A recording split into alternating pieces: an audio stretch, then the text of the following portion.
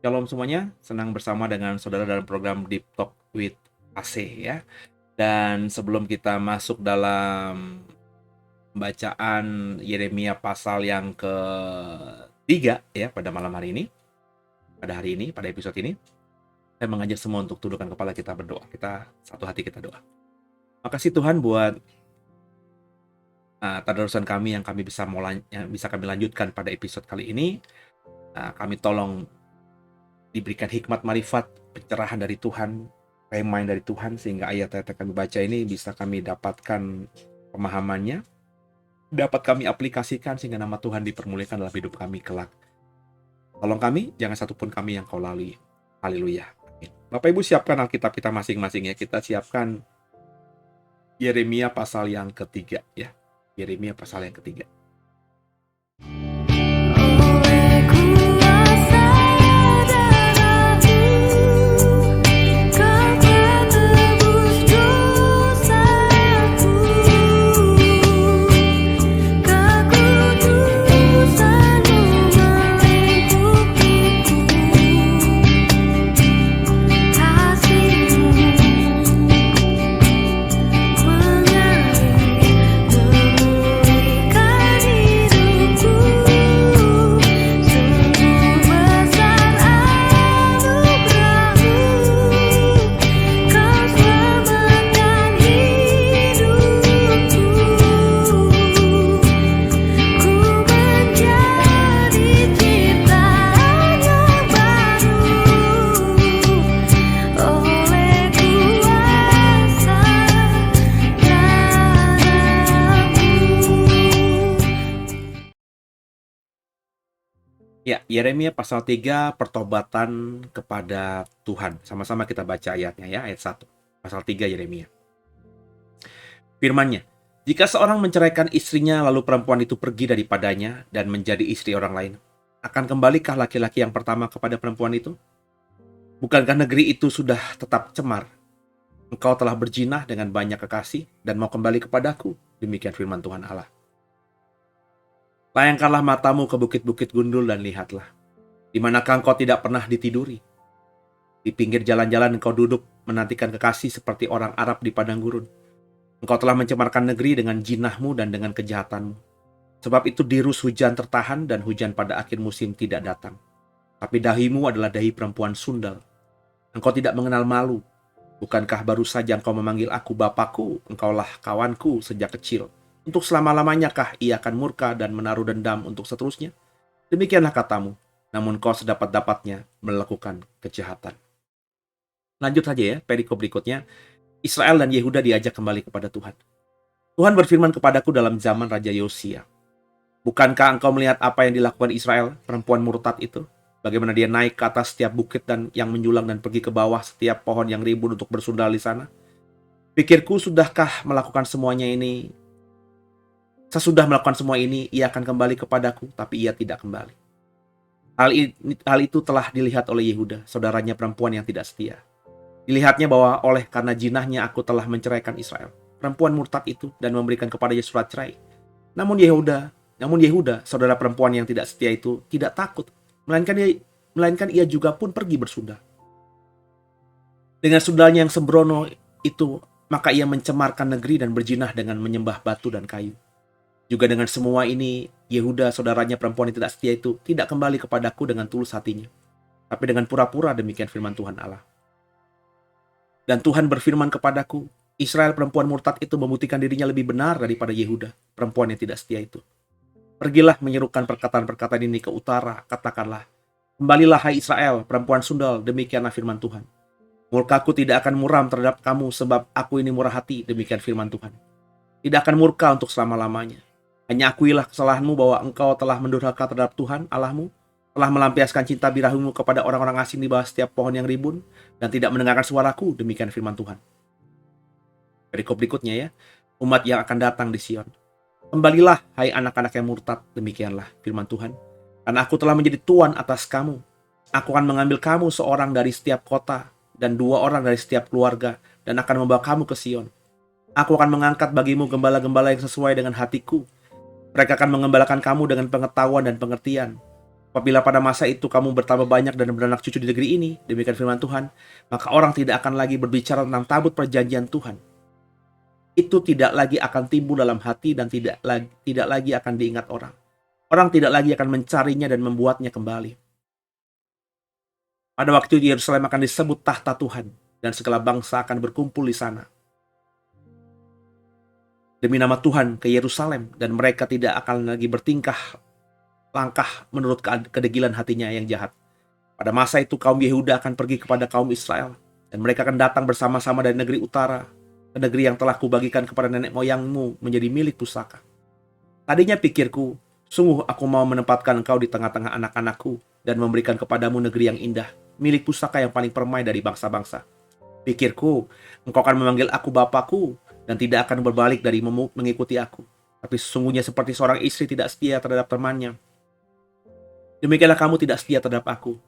Hai kaum Israel, demikianlah firman Tuhan. Dengar, di atas bukit-bukit gundul kedengaran tangis memohon-mohon dari anak-anak Israel. Sebab mereka telah memilih jalan yang sesat dan telah melupakan Tuhan Allah mereka. Kembalilah hai anak-anak murtad, aku akan menyembuhkan engkau dari murtadmu. Inilah kami datang kepadamu, sebab engkaulah Tuhan Allah kami. Sesungguhnya bukit-bukit pengorbanan adalah tipu daya, yakni keramaian di atas bukit-bukit itu. Sesungguhnya hanya pada Tuhan Allah kita ada keselamatan Israel. Tapi berhala yang memalukan itu menelan segala hasil jerih lelah nenek moyang kita dari masa muda kita. Kambing domba mereka dan lembu-lembu mereka, anak-anak lelaki, anak-anak perempuan mereka. Maka biarlah kita berbaring dengan perasaan malu dan biarlah noda kita menyelimuti kita. Sebab kita telah berdosa kepada Tuhan Allah kita, yakni kita dan nenek moyang kita dari masa muda kita sampai hari ini. Dan kita tidak mendengarkan suara Tuhan Allah kita. Haleluya. Ini sisi yang menurut saya seringkali kita skip gitu ya. Kita orang Kristen terbiasa atau dibiasakan mendengarkan kisah bahwa kalau kita berdosa, kita mendengarkan khotbah pendeta mengatakan kalau kita bersalah, datang kepada Tuhan, maka Tuhan akan ampuni dosa kita. Sehingga satu sisi itu kebenaran firman Tuhan, karena ayatnya ada kan. Ya, 1 Yohanes 1 ayat 9, jika kamu mengaku dosa, Allah itu setia dan adil, Allah akan mengampuni setiap dosa kita. Kurang lebih begitu ayatnya. Itu ayatnya ada. Tapi ayat itu kemudian dijadikan oleh orang-orang Kristen yang kurang ajar bagi saya. Kenapa saya bilang kurang ajar? Karena ayat-ayat itu dipakai sebagai landasan mereka berpikir kemudian bertindak bahwa ya udah mereka lakukan apa aja yang indah-indah, yang enak-enak di dunia ini, nanti tinggal bertobat, Tuhan pasti akan ampuni gitu. Sehingga yang namanya dosa menjadi sesuatu yang sangat murah sekali. Murah kenapa? Karena tidak dianggap menakutkan. Andai kata ya rugi pun rugi yang kecil sekali. Andai kata itu dianggap suatu blunder pun blunder yang masih bisa diperbaiki. Sehingga orang Kristen, saya nggak ngomongin orang dunia, saya ngomongin orang Kristen. Jadi orang Kristen tuh gampang berdosa, berbuat apapun semau dia, yang dia pikir enak, yang dia rasakan enak, dia lakukan tanpa pikir panjang, karena di otaknya sudah dicekoki sebuah ayat Alkitab, yang itu adalah kebenaran, tapi ya tadi, cuma ayat itu aja yang dipahami dan dibaca. Sehingga akhirnya kalau dosa apapun, yang penting aku seneng dulu, nanti ya nangis-nangis sama Tuhan lah, itu bisa pakai drama dikit lah gitu ya. Nanti Tuhan pasti akan ampuni. Ya, saya baru dapat kabar kemarin. Ada anak muda yang dulu sering datang ke kita, udah lama nggak datang ke gereja, terus saya undang untuk datang ke gereja lagi. Ya, dia bilang begini, saya kaget loh ketika pasti WhatsApp saya gitu ya. Saya sampai nangis karena saya selama ini sudah jauh dari Tuhan. Kenapa? Terus dia ceritakan, ya saya sedikit kecewa gitu. Nah, saya punya pacar yang saya tahu pelayan Tuhan, tapi open BO. Saya cuma senyum aja dan tidak kaget sedikit pun. Bukan karena saya tahu pacarnya siapa, bukan itu isunya. Tapi saya tidak kaget karena ya fenomena seperti ini tuh sebenarnya banyak, cuma tertutupi gitu. Orang taunya kalau berzinah, orang taunya kalau open BO, orang taunya kalau suka melacurkan diri atau membeli pelacur itu hanya orang-orang dunia yang nggak dekat sama Tuhan, yang jauh dari Tuhan. Yang dekat sama Tuhan, yang rajin ke gereja, apalagi pelayan Tuhan itu nggak mungkin begitu. Ya kebetulan puji Tuhan lah, saudara, saya pertama kali melayani Tuhan secara praktis ya. Dalam artian saya melayani sejak kecil dari jadi guru sekolah minggu, kaum muda dan lain sebagainya. Tapi melayani khotbah secara praktis dan itu adalah kehidupan saya karena itu panggilan Tuhan buat saya. Saya mulai hidupi kan di usia 27 tahun seperti saya pernah bersaksi berkali-kali. Kemudian saya jadi pendeta pendeta muda umur 30 dan 32 itu saya jadi pendeta penuh kalau nggak salah ya. Ya selisih setahun 2 tahun lah. Karena apa gembala mengapresiasi pelayanan saya sehingga saya dari PDM ke pendeta penuh itu ya pendek sekali lah ya, tidak seperti rekan-rekan lain yang butuh waktu cukup panjang. Yang saya mau katakan bahwa saya ada di gereja yang saya tahu sendiri pelayan Tuhannya ada beberapa, ya tidak semuanya, ini oknum memang, tapi oknumnya juga kalau dibilang oknum kan seolah-olah cuma 1-2, tapi ya ini cukup banyak gitu yang cara berpikirnya, cara kehidupannya itu sangat duniawi. Ya bukan cuma main perempuan atau berzina atau punya perempuan lain, punya istri lain gitu ya, atau punya laki-laki lain. Tapi juga cara berpikir atau berbisnisnya ya kayak dunia gitu. Bahkan ketika jadi jemaat pun seolah-olah ada di gereja, tapi sebenarnya cara berjemaatnya atau cara beribadahnya kayak dunia gitu. Kayak saya pernah bersaksi kan, ibadah baru mulai jam 7 ya, 7 malam, jemaat datang jam 4, jam 3. Bagus dong, bagus. Tapi jemaat yang datang itu mentek baris bagian depan dengan menaruhkan buletin lah atau tas-tas kecil lah, seolah-olah itu sudah ada yang datang gitu. Padahal ya kalau jam 3, jam 4 sore ibadah jam 7 siapa yang datang? Hanya 1-2 orang saja tapi dia tekin gitu. Ya awalnya saya pikir oh ini kerinduannya kan dia bawa jiwa-jiwa. Saya pikir begitu. Ya dia bawa jiwa-jiwa, tapi ternyata yang saya tahu kemudian bangku-bangku yang di-tag itu yang di barisan depan, barisan kedua itu di-tag full itu diperdagangkan tanda kutip, tidak dijual secara rupiah gitu. Tidak orang yang datang ke situ beli kursi sama dia, nggak seperti itu, nggak seperti kita beli kursi di konsernya Sheila on 7 atau Dewa 19 kemarin, nggak ya. Tapi orang itu datang ya, tag kursi. Dan ada orang yang datang nanti, ya tentu orang yang datang itu kan yang datangnya terlambat, yang orang datang itu memang punya penyakit, yang kepengen banget nanti altar call langsung ke depan, itu kan merasa berhutang budi sama orang yang siapin kursi ini buat dia. Ya pasti nanti adalah uang itu. Dan saya lihat dengan mata saya sendiri, modelnya begitu. Nah ini apakah cara beribadah yang benar begitu? Jadi ketika ada cerita tadi, ada pelayan Tuhan yang open BO, ya. Saya nggak heran, saudara. Dan ini yang saya berkali-kali ngomong secara vulgar, tidak vulgar di mimbar gereja, bahwa hati-hati dengan pelayan Tuhan atau dengan hamba Tuhan. Ya, kita belum lama dengar kan, 2 tahun lalu atau 3 tahun lalu sebelum pandemi, berita heboh di mana pendeta besar di Surabaya ternyata melakukan pelecehan seksual kepada anak seseorang yang sebenarnya menjadi sponsor atau menjadi jemaat yang mensponsori pelayanannya bertahun-tahun. Ya, memang ceritanya katanya ada politik lah di balik semua itu sehingga akhirnya meledak ceritanya gitu ya. Tapi biar bagaimanapun itu fakta karena si pendetanya dihukum. Berarti secara bukti hukum ya lepas hukum Indonesia itu adil tidak adil, tapi faktanya di konstitusi kita ya orang bersalah itu harus di depan hukum, dalam hal ini hakim menghukum dia salah, itu baru inkrah, itu baru sah gitu. Dan itu terbukti. Kan mengerikan, saudara. Dia melayani di mana-mana, ini pendeta besar kan. Dia khotbah di mana-mana, dia KKR di mana-mana, dia seminar di mana-mana, dia menginspirasi banyak orang Kristen, tapi hidupnya jahanam. Dan itu pendeta terkenal aja bisa ke blow up, apalagi pendeta-pendeta Mafranska yang tidak terkenal gitu loh. Ini kan kayak puncak gunung es. Nah ketika saya memahami ini ya, saya benar-benar men-screening diri saya sungguh.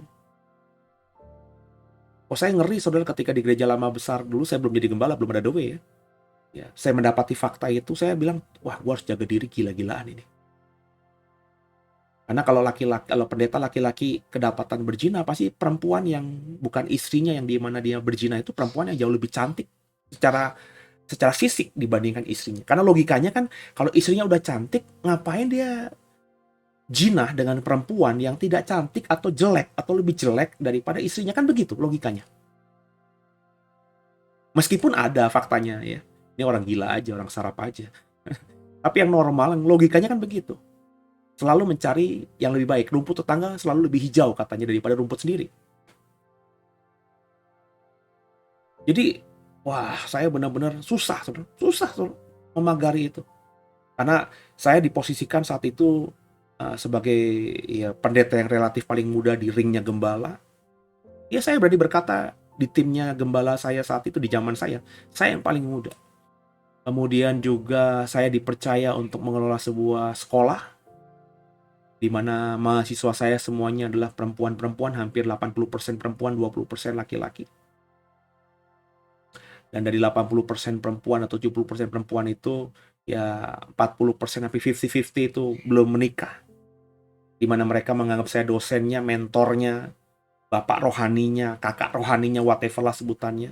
Yang pasti kalau ada apa-apa curhatnya sama saya. Wah, itu kan luar biasa, saudara. Sehingga saya tahu, ya, akhirnya kenapa banyak hamba Tuhan gak tahan itu. Godaannya berat. Makanya kan saya pernah bilang, saya pernah bersaksi ya di atas ya tidak, di atas tidak. Saya gak pernah konselingin perempuan yang usianya kurang lebih sebaya dengan saya, apalagi di bawah saya, berduaan saja. Saya tidak pernah membonceng naik motor, saya tidak pernah semobil dengan orang, dengan perempuan hanya berdua saja. Yang bukan kekasih saya saat itu sebelum menikah atau yang istri saya. Gak pernah. Selalu kalau saya bawa perempuan di mobil saya nggak pernah berdua, ada 3-4 orang, ya nggak pernah sendirian gitu. Dan pernah dikondisikan sendirian, itu pun karena saya tiba-tiba kasihan sekali ya, karena hujan deras dan sejalan dengan saya gitu ya. Tapi saya minta dengan sikap hormat dia untuk duduk di belakang. Dianya sendiri sampai nggak enak. Masa Pak Pendeta kayak sopir sih Pak gitu. Ya nggak apa-apa lah Bu ya, daripada nanti kita disalahpahami. Kayak mungkin cuma sekali seumur hidup saya. Ya. Tapi lepas dari itu nggak pernah. Kalau kondisinya nggak hujan, nggak mungkin saya ajak. Kalau cuma sendirian di pinggir jalan. Ya, itu karena hujan, saya tahu banget hujan deras. Seingat saya hujan deras saat itu. Dan ini juga saya tahu rumahnya karena sejalan dengan saya. Gitu. Ya. Maka ikut di belakang, sepanjang tol kita ngobrol kayak sopir sama tuan gitu. Padahal saya dosennya atau pendetanya, ini junior saya, jemaat. Dan ketika sudah keluar tol, sudah terang, terus saya turun di tempat yang baik, dia meneruskan dengan angkutan umum menuju rumahnya, dan saya melanjutkan perjalanan saya menuju rumah saya. Kasih Tuhan yang kita baca dalam Yeremia pasal 3 ini, bahkan Tuhan berkata kepada Israel dalam hal ini, masakan engkau seperti perempuan yang sudah kau ceraikan, terus perempuan itu sudah menikah dengan laki-laki lain dan kau mau tidur dengan dia. Seolah-olah Tuhan berkata bahwa lo tuh udah gak nganggap gue dan kita udah cerai kepada Israel gitu ya. Aku sudah mau melupakan engkau. Terus lo dengan mudahnya mau kembali kepada aku. Ini kan ayat dan penekanan yang berbeda dengan 1 Yohanes 1 ayat 9 tadi. Di mana orang Kristen memahami bahwa ya kita berdosa kayak apapun, kalau kita bertobat kita akan pasti diampuni Tuhan. Seolah-olah seperti itu, seperti semudah itu Tuhan melupakan dosa kita. Semudah itu Tuhan melupakan salah kita. Semudah itu Tuhan akan memeluk kita ketika kita bahkan sebelumnya, beberapa detik sebelumnya itu menikam dia dari belakang. Atau melakukan hal-hal yang benar-benar menyakitkan hatinya. Padahal kalau kita membaca perjanjian lama, dalam hal ini Yeremia pasal 3 kita baca, ada analogi kalimat ya. Terminologi kalimat yang dipakai oleh Yeremia yang sebenarnya kalau kita renungkan, ya Tuhan gak semudah itu juga. Kalian berbuat dosa, coba baca tadi Yeremia pasal 3 lagi ya. Kalian sudah berbuat dosa, menyembah berhala, terus kalian susah, kalian datang kepadaku. Tuhan tolong aku. Ini kan nyambung sama Yeremia pasal 2. Yeremia pasal 2, seingat saya ya, yang kemarin kita tadarusan, itu ditutup dengan ketika Yehuda sudah salah, Yehuda datang kepada Tuhan, minta ampun sama Tuhan. Seolah-olah dengan meminta ampun mudah gitu Tuhan melupakan dan memulihkan Yehuda.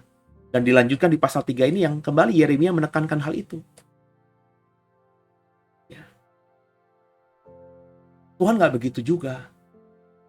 Tuhan ingin kita bertobat ketika kita salah. Ketika kita berdosa, berzina, kita melakukan dosa yang berat sekalipun, Tuhan ingin kita kembali. Tapi kembali yang benar. Bukan karena udah miskin, udah bangkrut, udah susah. Tapi momentum kembali itu tidak dimaknai dengan sungguh bahwa kita memang seperti ini karena dosa dan kita mau berubah. Bukan semata karena kita ingin dipulihkan, bukan semata karena kita ingin diberkati, bukan karena semata kita ingin diangkat kembali. Tapi emang mau kembali kepada Tuhan gitu. Orang Kristen kebanyakan kalau susah bertobat karena dia pikir, aku susah, aku miskin, aku sakit, aku menderita, aku mau hidup enak dong. Oh, bertobat kata pendeta. Tinggalkan dosa, maka Tuhan akan pulihkan. Maka dia bertobat, datang ke gereja, dibaptis lagi mungkin. Karena dalam perspektifnya, dia nggak mau miskin, dia nggak mau sakit, dia nggak mau menderita, dia mau hidup enak di bumi, seperti di surga. Dan ini bagi saya, meskipun tidak salah 100%, tapi sesuatu yang tidak tepat.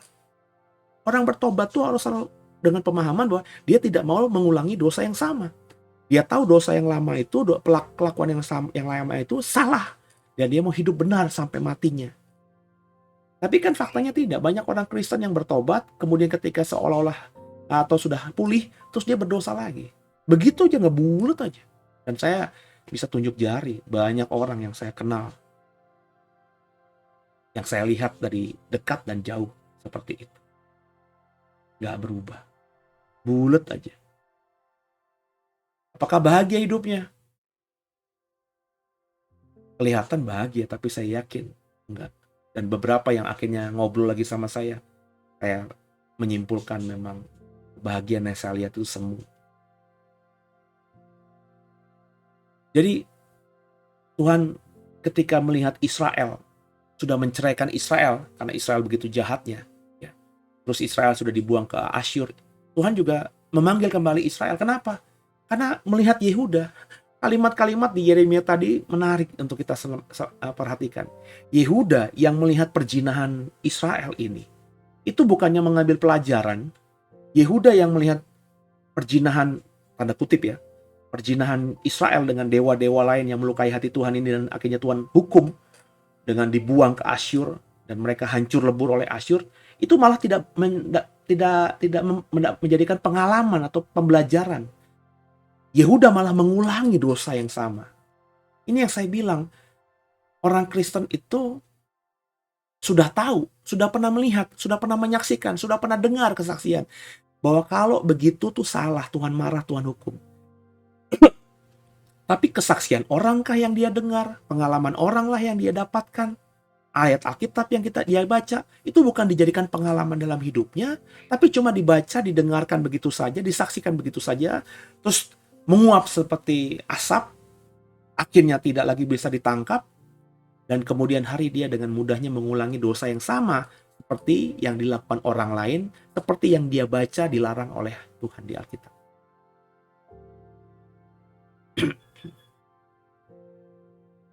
Ini kan seperti seorang istri yang mendapati suaminya berzina, ya. Dia tahu suaminya berzina, terus dia akhirnya bukannya hidup benar, bukan belajar dari suaminya yang berzina sehingga suaminya ini sakit dan akhirnya mati. Ada banyak kesaksian seperti itu, tapi dia malah juga berzina dengan laki-laki lain. Bodoh kan? Semudah seperti ilustrasi kita naik sepeda, di depan kita ada rombongan orang naik sepeda, ada yang jatuh, ternyata kita tahu karena kita di belakangnya ada lubang di situ. Besok-besoknya ketika kita lewat di tempat yang sama, kita lupa bahwa itu ada lubang dan kita akhirnya jatuh kemudian hari. Padahal kita pernah melihat ada orang jatuh di lubang itu. Kan bodoh. Saya hampir kalau kita keluarga kami keluar bawa kendaraan, saya selalu yang nyetir. Dengan nyetir saya tahu jalan yang rusak mana, yang bolong mana, dan lain sebagainya. Itu insting aja. Seperti kalau saya pulang antar anak saya sekolah dari Villa Melati, keluar Jalan Raya Serpong, kembali U-turn masuk ke Jalan Raya Serpong menuju ke Alam Sutra, di sekitar Asobirin, di sekitar kemudian menjelang sampai kepada Bundaran Alam Sutra. Itu di jalur kanan ada jalanan yang agak lobang, dan itu kalau kita terobos ya meskipun tidak dalam nggak enak banget gitu ya, bek gitu ya. Maka saya sudah feeling itu setiap kira-kira mendekati lubang. Saya nggak tahu tepatnya itu lubang tuh di kilometer berapa, di presisinya ya, koordinat berapa, saya nggak tahu. Tapi feeling aja karena udah pernah punya pengalaman seperti itu, ada lubang yang membuat mobil jadi nggak enak itu. Setiap di situ saya bukan saja mengerem mobil, tapi juga mengarahkan mobil ke jalur yang ke tengah, atau kalau ke kanan dimepet sama pembatas antara jalur yang ke arah BSD dan jalur yang ke arah Alam Sutra. Jadi mepet gitu dengan trotoar ya, dengan pohon-pohonan yang ditanam di tengah-tengah jalan itu. Supaya ketika saya lewat situ ya ban di sebelah kiri depan belakang nggak akan masuk ke lubang itu. Semudah itu. Semudah ketika saya kalau naik mobil juga, kalau dari Rawakutuk, kalau Bapak Ibu orang Serpong tahu, Rawakutuk kalau mau masuk ke Alam Sutra, itu pas masuk ke Jalan Raya Alam Sutra itu ada pada lubang yang entah kenapa sudah ditambal, jeblos lagi, tambal, jeblos lagi. Saya selalu ngambil ke tengah, karena mobil saya cukup besar, jadi kalau nggak nunggu ya nggak bisa. Ya kalau ada mobil dari masuk ke Rawakutuk ya kami harus nunggu. Kalau mobil kecil sih bisa nyalip. Sebab apa? Itu lumayan dalam. Ya, meskipun kalau jalan pelan-pelan juga nggak kenapa-napa, cuman kan ya kalau ada lubang kenapa nggak dihindari? Kenapa harus ditabrak lubang itu? Nah, bangsa Yehuda ketika melihat orang Israel sudah melakukan hal yang jahat di mata Tuhan, dan mereka juga tahu dari nabi-nabinya Tuhan Israel dihukum, mereka tidak jerah gitu, tidak belajar ya di pengalaman, tapi malah melakukan hal yang sama. Dengan menyembah tadi, kata Yeremia tadi, kayu, ya, konyol, maksudnya berhala-berhala, buatan tangan manusia. Hingga akhirnya Tuhan lebih marah kepada Yehuda. Kenapa? Karena Israel mungkin ketika melakukan dosa itu, Israel tidak menjadi ukuran, tidak punya ukuran. Israel mungkin ketika melakukan itu, mereka berpikir, ya meskipun ada perintah nggak boleh menyembah Baal, tapi belum ada yang mereka lihat dengan mata, umatnya Tuhan melakukan ini dihukum gitu. Sehingga Israel bebal aja terus. Sampai akhirnya mereka dihukum. Nah, Yehuda ketika Israel dihancurkan oleh Asyur, Israel akhirnya hilang, Yehuda kan masih ada. Masih ada kerajaan Yehuda. Selama kurun waktu ada puluhan tahun masih ada. Tapi dalam kurun waktu puluhan tahun sebelum akhirnya mereka nanti dibuang di Babel, ditaklukkan sama Babilonia, mereka mengulangi dosa yang sama seperti yang Israel lakukan sebelumnya. Kan bodoh namanya. Nah, banyak orang Kristen, maafkan saya, banyak kita kalau sadar nggak sadar melakukan hal itu. Kita berpikir, alah santai aja lah. Nanti aja seperti om itu tuh, kalau udah masa pensiun, jadi penatua di gereja, jadi diaken di gereja, jadi hamba Tuhan. Mana-mana ngomongnya Alkitab. Dulu kan nggak kayak gitu, ke gereja aja nggak pernah. Nanti aja kalau saya sudah setua om itu, setua papa saya baru cari Tuhan. Akhirnya hidup masa mudanya sia-sia, foya-foya, dan lain sebagainya. Kalau dia sudah tahu, ya sesuatu itu salah, dia sudah bisa lihat buktinya, dia sudah saksikan, terus dia mengulangi sama. Bukan saja orang ini bodoh, tapi orang ini akan mendapatkan penghukuman jauh lebih berat daripada orang yang dia lihat sebelumnya melakukan dosa yang sama. Percayalah, saudara. Percayalah. Itu yang saya pahami dan saya imani. Saya sudah pernah melihat ada sebuah keluarga yang kaya raya karena korupsi. Anak-anaknya lebih senior daripada saya. Saya tahu itu korupsi. Kenapa? Karena dengar dari cerita orang-orang. Dan saya semakin yakin itu dari hasil uang yang tidak halal. Karena apa? Karena anak-anaknya semuanya berantakan. Saya pernah melihat, saya pernah mendengar, bahkan bukan mendengar juga, menyaksikan keluarga hamba Tuhan. Ya. Yang saya tahu akhirnya hamba Tuhan ini pasti ada sesuatu yang disembunyikan yang tidak dipublish di depan umum. Karena saya lihat anak-anaknya semuanya mati dengan cara mengenaskan. Hamba Tuhan. Dan ketika saya akhirnya dipanggil Tuhan dan saya akhirnya mau menjadi pelayan Tuhan, jadi hamba Tuhan, jadi budaknya Tuhan, saya memprotek diri saya dengan sungguh. Jangan sampai apa yang saya sudah saksikan, pengalaman hidup yang saya lihat dialami si Om Pendeta ini, di mana akhirnya dia mati dan anak-anaknya juga mati mengenaskan, yang hidup juga mengenaskan. Itu terjadi atas saya dan terutama kepada anak-anak saya. Saya nggak tahu apa dosanya si Om Pendeta ini dan istrinya. I don't know. Karena usia kami yang begitu jaraknya jauh, dia seusia almarhum bapak saya.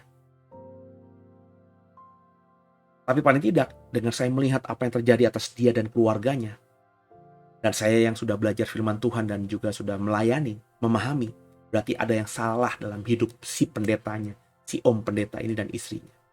Dan saya selalu berusaha menjaga itu dengan mengkomunikasikannya dengan istri saya di hati. Jangan sampai kita salah. Jangan sampai kita melayani dengan orientasi yang salah. Karena saya punya pengalaman, saya melihat. Dan saya nggak kepengen dua anak saya yang sangat saya cintai itu bisa mati sia-sia. Dan juga nanti menjadi orang yang tidak berbakti pada Tuhan dan tidak berguna bagi masyarakat sekitarnya. Nah, kita kan belajar dari pengalaman orang. Supaya kita menjadi manusia yang hidupnya jauh lebih baik. Yehuda tidak melakukan itu. Yehuda dihukum Tuhan, hukumannya jauh lebih berat daripada yang dialami Israel. Tetap Tuhan berikan kesempatan untuk bertobat. Tapi bertobat yang benar. Bertobat itu bukan cuma motivasinya ingin sembuh, ingin kaya, ingin hidup di bumi seperti di surga karena merasa bahwa kita sedang dikutuk sekarang ini karena dosa kita. No. Kalau ukurannya itu, kalau kau bertobat karena ingin sembuh, kau bertobat karena ingin kaya. Ketika kau sudah sembuh dan ketika kau sudah kaya, kau akan berbuat dosa lagi. Dan kau kembali menyakitkan hatinya Tuhan. Mungkin pengampunan Tuhan masih 70 kali 7. Tapi saya percaya Tuhan tidak akan menganggapmu lebih baik. Tuhan tidak akan menerimamu lebih baik daripada sebelumnya. Maka kasih karunia yang sudah Tuhan berikan kepada saya. Saya pernah melakukan blunder, salah. Itu saya komitmen banget, tidak saya ulangi lagi Tuhan. Sebab saya tahu kalau hal yang sama saya ulangi lagi. Saya perbuat lagi di masa depan. Tuhan yang sudah pernah mengampuni saya di dosa yang sama di masa lalu, tidak akan menganggap saya sama seperti Tuhan menganggap saya sekarang. Maka kasih karunia yang Tuhan berikan kepada saya dengan mengampuni dosa saya itu saya jaga benar. Supaya saya di mata Tuhan terus semakin indah. Dan itu perjuangan berat yang saya lakukan. Mestinya itu yang dilakukan oleh Yehuda. Mestinya itu yang dilakukan oleh saudara. Belajar dari pengalaman orang. Tuhan izinkan semua itu kita lihat, kita saksikan, supaya kita menjadi manusia yang jauh lebih baik ke depannya. Haleluya.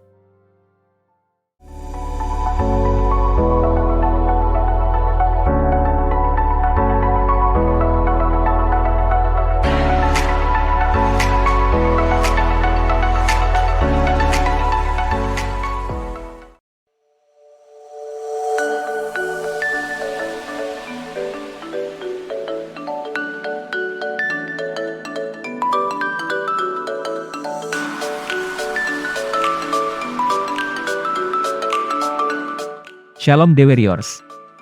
Kami mengucap syukur dan juga berterima kasih atas dukungan saudara atas channel YouTube The Warriors sampai saat ini. Terlebih hingga akhirnya kita bisa memiliki fitur membership sekarang.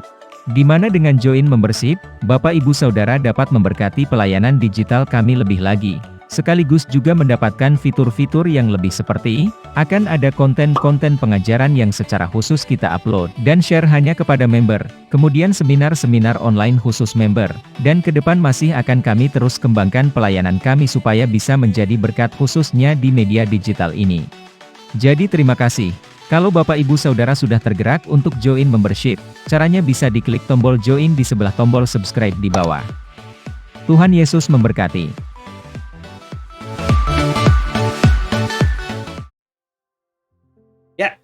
Semoga saudara diberkati lewat apa yang saya sharingkan. Kalau saudara mendapatkan rema yang berbeda dari yang saya bagikan, mohon dibagikan juga lewat kolom komentar dan live chat, sehingga kami semua juga diberkati oleh rema yang kau dapatkan ya, yang saudara dapatkan. Dan saya tunggu saudara terus mendukung kami lewat membership ya. Lewat membership ada 2 nanti, membership tentang program-program yang saya buat yang tentang akhir zaman, dan juga membership untuk sekolah Alkitab ya. Semuanya pasti akan memberkati saudara. Saudara memberkati kami dengan menabur beberapa puluh ribu untuk mendukung pelayanan kami, dan kami akan mengajar saudara lebih dalam lagi, sehingga akhirnya apa yang kami imani dapat kau pahami dan kau bisa kembangkan itu, perdalam itu, sehingga harapan saya lewat program-program yang kami akan berikan di dalam membership YouTube ini membuat saudara jauh lebih luar biasa ke depannya, bahkan dibanding kami semuanya di sini. Gitu ya. Dan kita akan akhiri episode ini dengan doa, dan tundukkan kepala kita berdoa.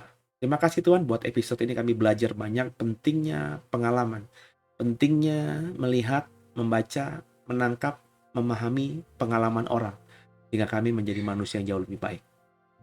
Berikan Roh Kudus-Mu pada kami lebih lagi, agar kami semakin paham, semakin mengerti, dan bisa mengaplikasikan dalam keseharian kami.